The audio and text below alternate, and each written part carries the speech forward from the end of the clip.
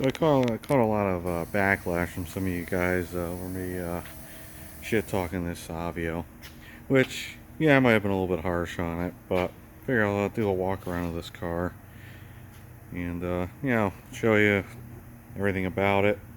Now this is a co-worker's car that he got for nothing or cheap. It's an '09, and it needed quite a bit of work. So it's got the Ecotech here. When it came to me, barely running, couldn't get out of its own way. You know, you'd hit about 20 miles an hour, engine wouldn't really accelerate. And ran a scan on it and found a whole host of codes.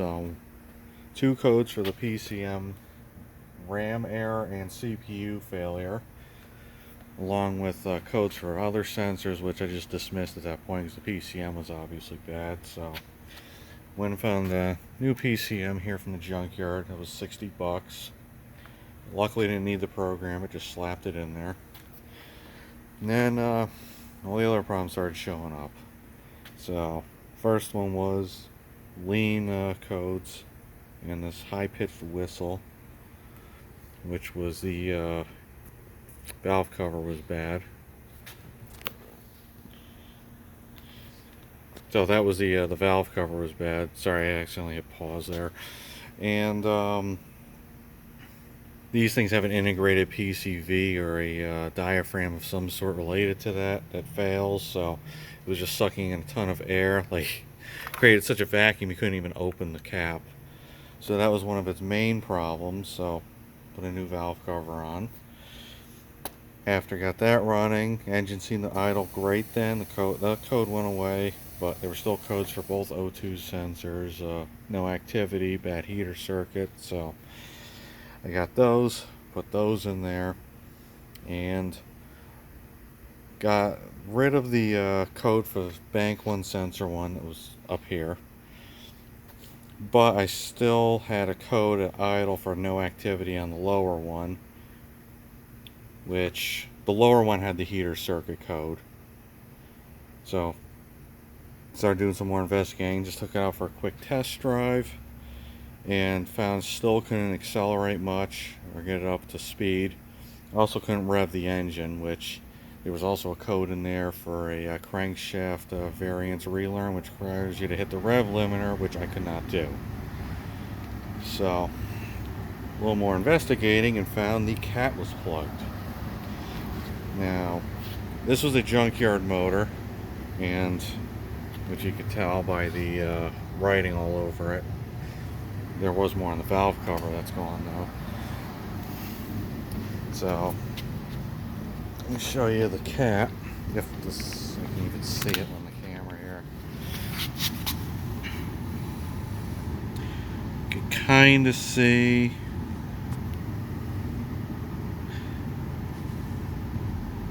see if I can put a picture up with a borescope later, but you can, yeah, there it is. You can make out that the honeycomb is destroyed on the top end right here, but not on the bottom end. So leads me to believe someone tried to hollow this out for whatever reason.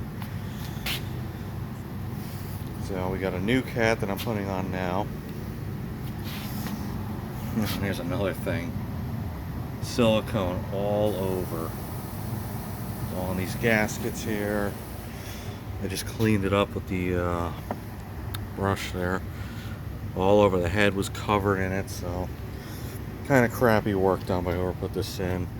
And then you find other things in here, like that bolt for the transmission's just not even finger tight, just hanging out.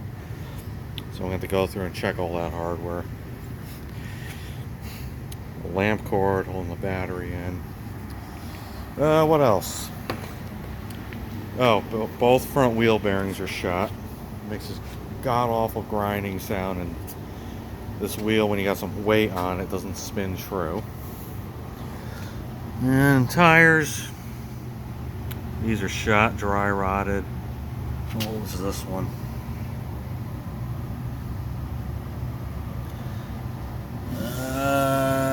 Codes on the back side, but Front tires are bad. It's got an alignment issue.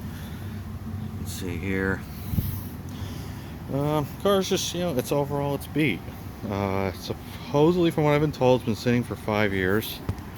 So, being a 10-year-old car, half its life it's been rotting in someone's yard. And it looks like it.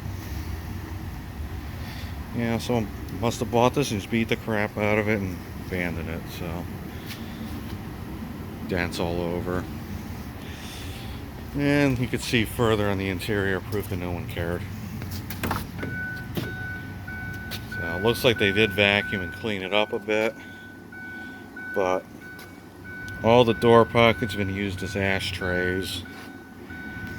Doesn't smell too great in here.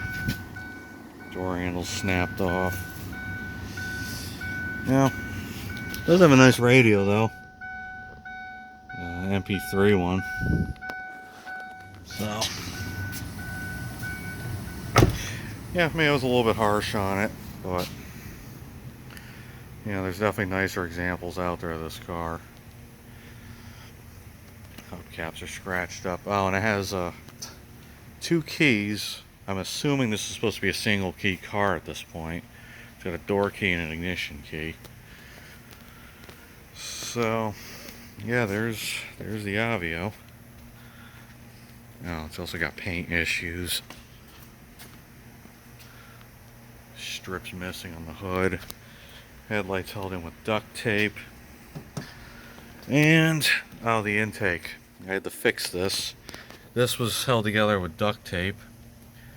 I haven't been able to find one of these in the junkyard myself. So I wrapped that with rubber tape and more electrical tape, so hopefully it'll hold up till a replacement can be found.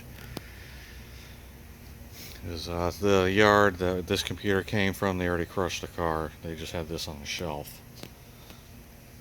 So yeah. So I'm gonna get this cat slapped in here.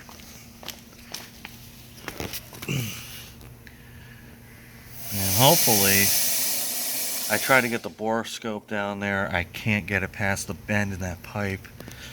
But I'm hoping the rear cat's not plugged. This flex pipe looks broken. Because this car has a secondary cat. Right over there. Head of the resonator. That might be the muffler. Not sure. But hopefully that one's not plugged. The exhaust is rusty and it's going to break if I try to take it apart to check or clean it. We'll cross that when we come to it.